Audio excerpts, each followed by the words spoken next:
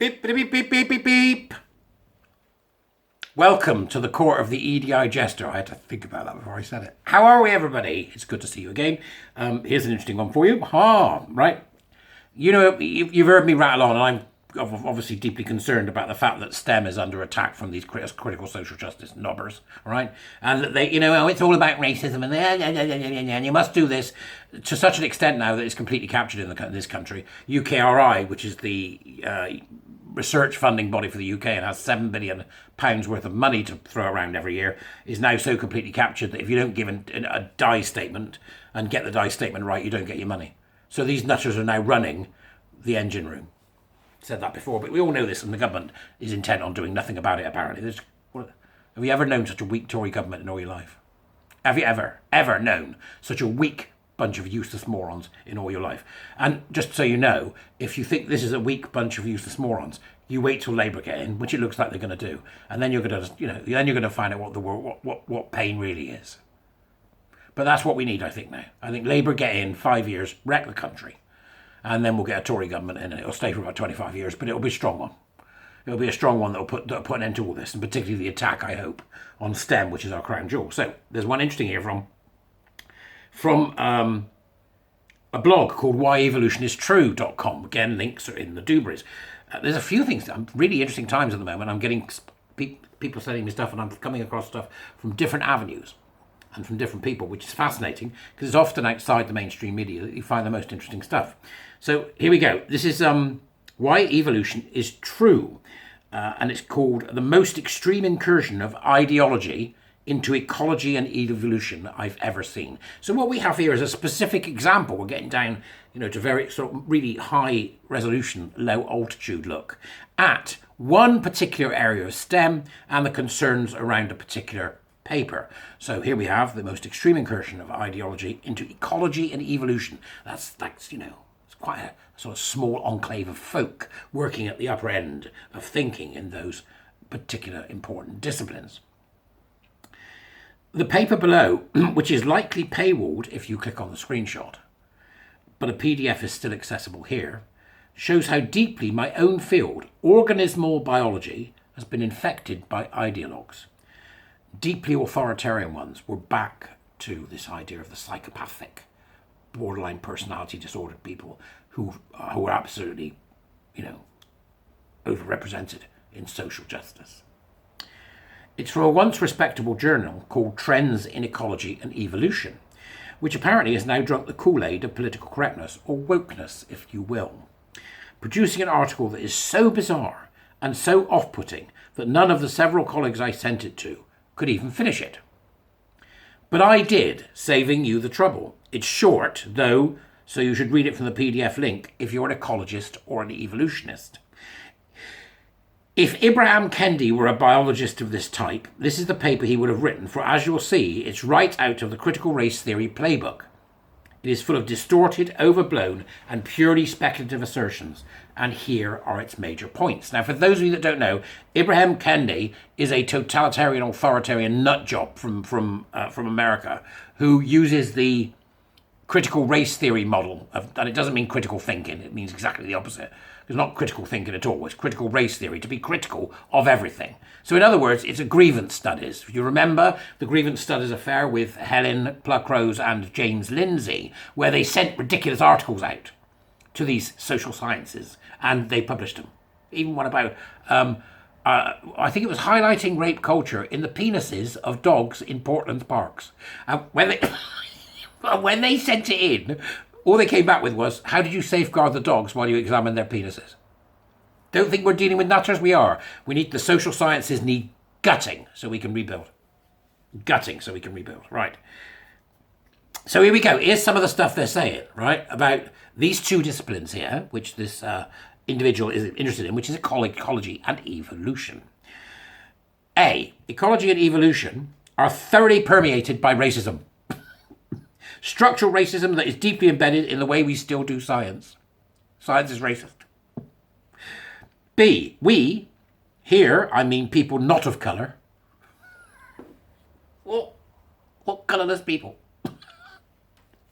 They are insane. Do you think they use a colour chart Right. Not bright enough. Off you go. Do you think...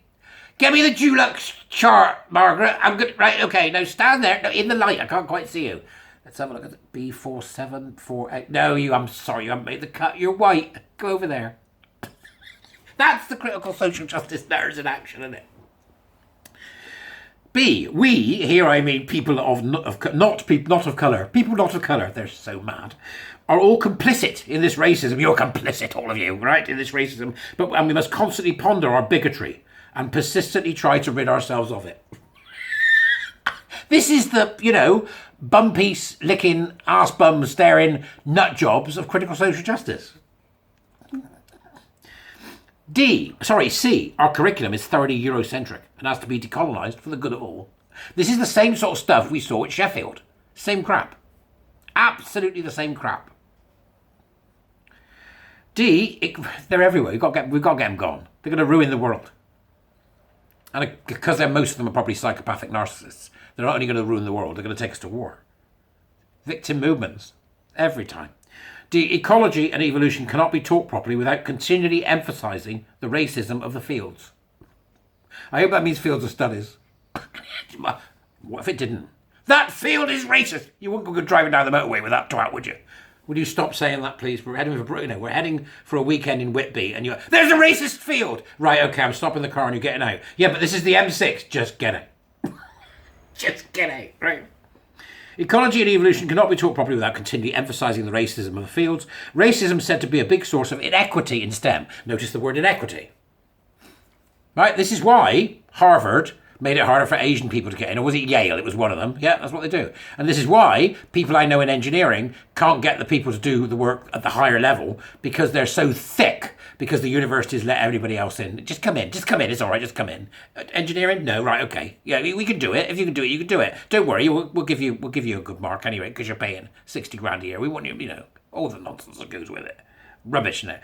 So there we go. Right now, this is so typical. Ecology and evolution cannot be taught properly without continually emphasising the racism of the field. Racism is said to be a source of inequity in STEM. We must infuse all of our courses with a strong emphasis on the history and reality of racism, showing our students how the field was and is complicit in the creation of present inequities.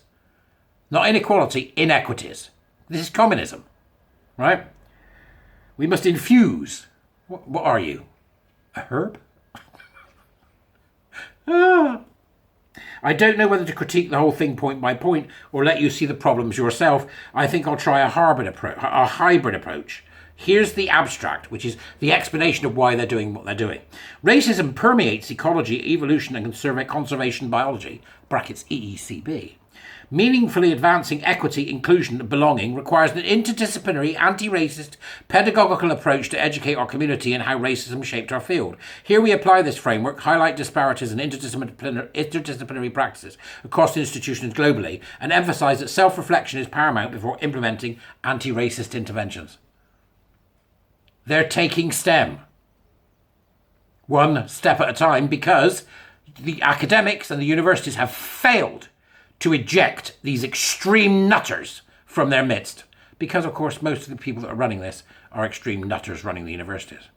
You only got to look at the Race Charter, Advance HE, Athena Swan, Stonewall's boondoggle, any of them, right? This is all the psychopathy of these mad fuckwits, right? So they begin with the premise that it is racist. Everything's racist, because it has to be. Remember, critical race theory, anti-racism, which is not what you think it is. Anti-racism states there is racism in every interaction. So there's racism in this interaction now. So the fact that I won't give these wibbling, narcissistic, psychopathic nut jobs 5 minutes means I'm racist, because some of them might be black, or pink, or yellow, I don't know, or not of a colour at all. They're just translucent. Can you imagine that? Be able to see everybody's bowel movements before they had a bowel movement. No, I don't want that. Don't go there, right?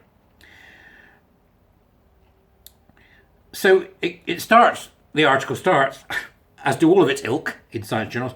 It invokes Black Lives Matter and George Floyd. It then proceeds out onto boilerplate critical race theory, okay? Anti-racist pedagogies. teach about race and racism to foster critical analytical skills and reveal power relations behind racism and how race has been institutionalized. Unlike inclusive pedagogy, anti-racist strategies not only involve acknowledging students' backgrounds and perspectives, but also require combating oppressive systems favouring whiteness at the expense of minoritized students, right? And at that point, I'm not going to read any more to you because you can go and have a look for yourselves and see how this bullshit wibbery is allowed to get into academia. This is published, right? Because the academics have lost the plot, and the process of peer review has become completely corrupted by these communists. It's absolutely surreal. Absolutely surreal.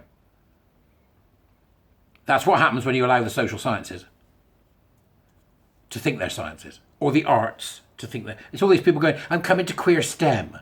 What I'm doing is I'm placing the template cross art, and we're going to see how art has been a power and oppression narrative since day one. Oh, fuck off, the lot of you. There you go. Go and have a look. It's fascinating, isn't it? So you get this stuff from outside the mainstream media, and I think it's good for us to do that. Let me know in the doobers what you think. Buy me a coffee, usual stuff. I'll see you later. They've got to go.